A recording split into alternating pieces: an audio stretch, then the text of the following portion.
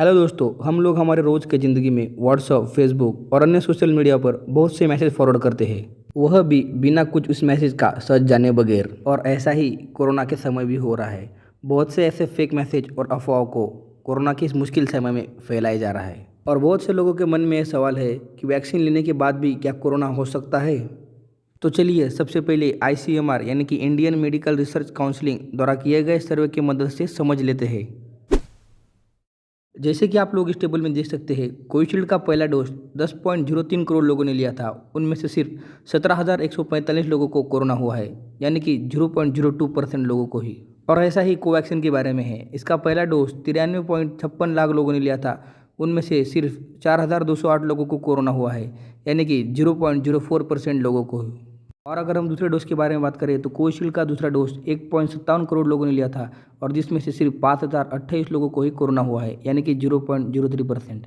और कोवैक्सीन का दूसरा डोज 17.37 लाख लोगों ने लिया था, जिसमें से 6 से 95 लोगों को कोरोना हुआ है, यानी कि 0.04% लोगों को। तो आप समझ गए होंगे कि वैक्सीन लेने के बाद भी कोरोना होता है, लेकिन ऐसा होने का प्रमाण बहुत ही कम है।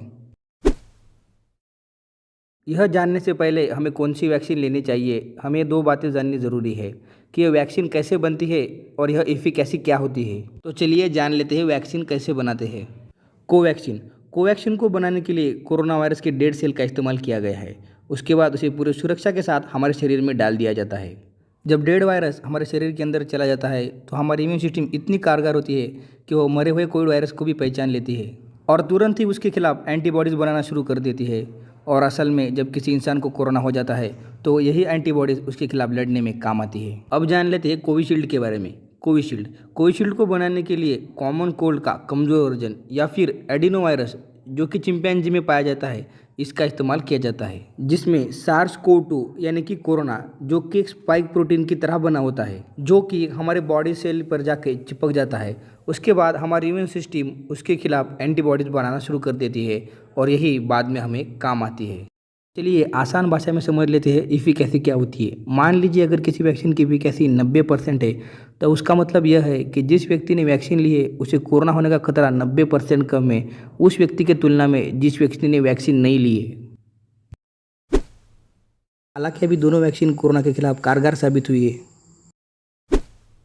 वैक्सीन को बनाते समय साइंटिस्ट को वायरस को समझने के लिए बहुत कम समय मिला, जिसकी वजह से आज तक साइंटिस्ट वायरस को पूरी तरह से समझ नहीं पाए हैं। और इसी वजह से अलग अलग देशों में नए नए स्ट्रेन पाए जा रहे हैं।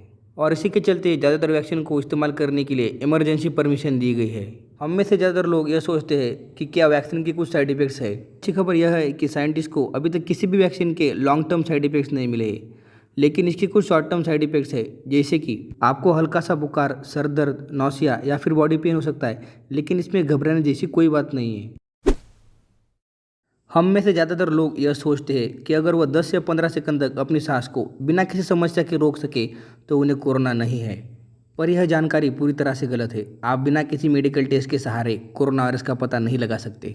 बहुत से लोग ये सोचते हैं कि शराब पीने से कोरोना खत्म हो जाता है, लेकिन यह जानकारी पूरी गलत है, बल्कि इससे हमारे सेहत को और भी ज़्यादा खतरा हो सकता है। ज़्यादातर लोग इस गलत सोच में हैं कि कोरोना फैलने की वजह 5G नेटवर्क है, लेकिन ये पूरी तरह से गलत है। कोरोना तो उन देशों में भी फैला है जहाँ पर 5G नेटवर्क नहीं है।